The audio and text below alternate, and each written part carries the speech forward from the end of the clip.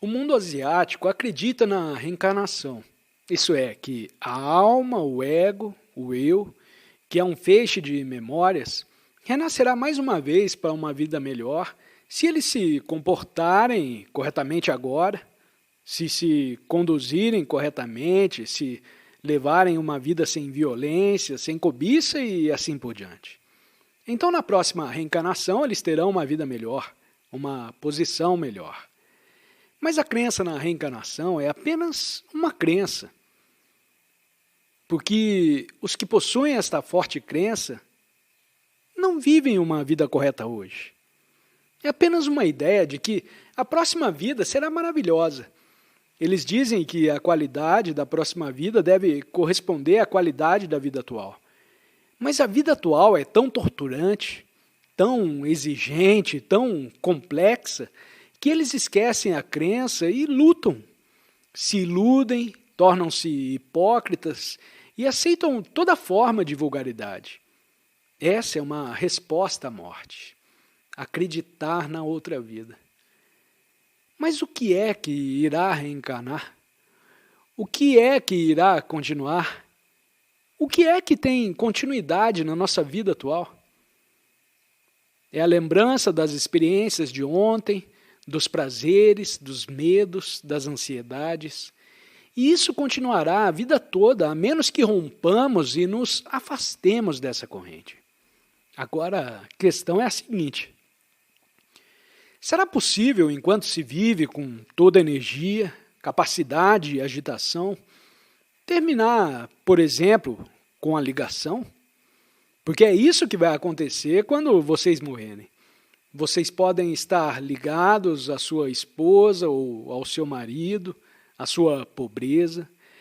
Podem estar ligados a alguma crença num Deus, o que é apenas uma projeção ou uma invenção do pensamento. Mas vocês estão ligados porque há um certo sentimento de segurança, por mais ilusória que possa ser.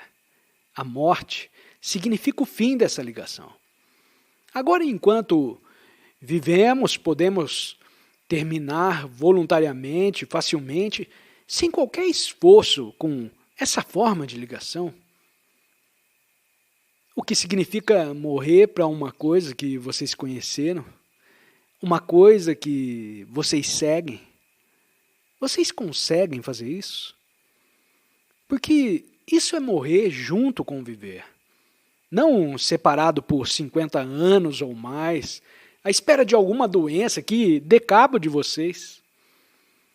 É viver com toda a sua vitalidade, energia, capacidade intelectual e com um grande sentimento. E ao mesmo tempo, para determinadas conclusões, para determinadas idiosincrasias, experiências, ligações, ferimentos, terminar, morrer. Isso é, enquanto viver, viver também com a morte. Então, a morte não é algo distante. A morte não é uma coisa que está no fim da nossa vida, produzida por um acidente, doença ou velhice. Mas, pelo contrário, o fim de todas as coisas da memória. Isso é a morte. Uma morte não separada da vida. Devíamos também considerar como dois amigos sentados junto às margens de um rio, com a água clara correndo, não a água enlamaçada e poluída, vendo o movimento das ondas e perseguindo-se rio abaixo. Por que a religião representou uma parte tão grande na vida das pessoas, desde os tempos mais antigos até hoje? O que é uma mente religiosa? Como é ela? O que a palavra religião significa realmente? Porque, historicamente, as civilizações desapareceram e novas crenças tomaram o seu lugar. O que produziu novas civilizações e novas culturas? Não o mundo tecnológico dos computadores, dos submarinos, dos materiais de guerra, nem dos homens de negócio, nem dos economistas, mas as pessoas religiosas de todo o mundo produziram uma mudança tremenda. Assim devemos indagar juntos o que queremos dizer com religião, qual é o seu significado. Será apenas uma mera superstição ilógica e sem sentido? Ou há alguma coisa maior, alguma coisa infinitamente bonita? Para descobrir isso, não será necessário estarmos discutindo isso juntos como dois amigos. Não será necessário estar livre de todas as coisas que o pensamento inventou sobre a religião.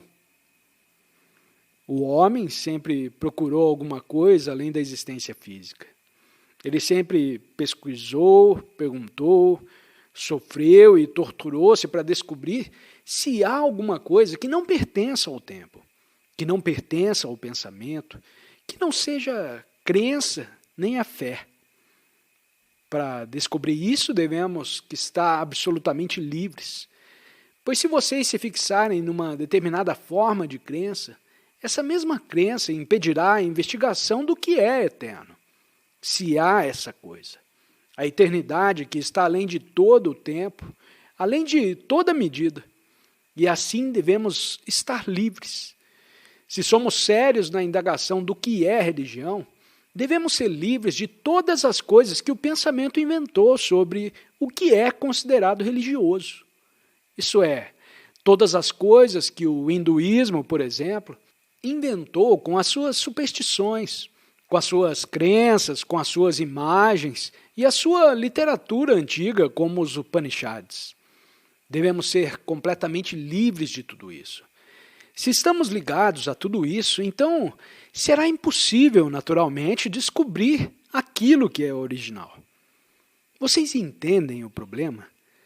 Se a minha mente, o meu cérebro, está condicionado pelas superstições hindus, crenças, dogmas e idolatria, com toda a tradição antiga, então ela está amarrada a isso e não se pode mover, não é livre.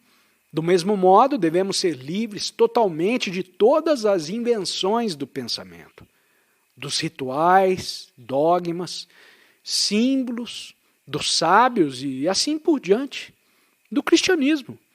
Isso pode ser bem mais difícil, pois nós nos aproximamos de casa. Mas todas as religiões, seja a cristã, a muçulmana, a hindu, a budista, são um movimento do pensamento que continua através do tempo, através da literatura, através dos símbolos, através das coisas feitas pelas mãos ou pela mente. E tudo isso é considerado religioso no mundo moderno. Para o conferencista que não é religioso, para o conferencista trata-se de uma forma de ilusão, de conforto, de satisfação romântica, sentimental, mas não real. A religião deve afetar o modo pelo qual vivemos, o significado da vida, pois só então há ordem em nossa vida. A ordem é algo totalmente desassociado da desordem. Vivemos em desordem. Isso é, em conflito, em contradição, dizendo uma coisa e fazendo outra, pensando de um modo e agindo de outro.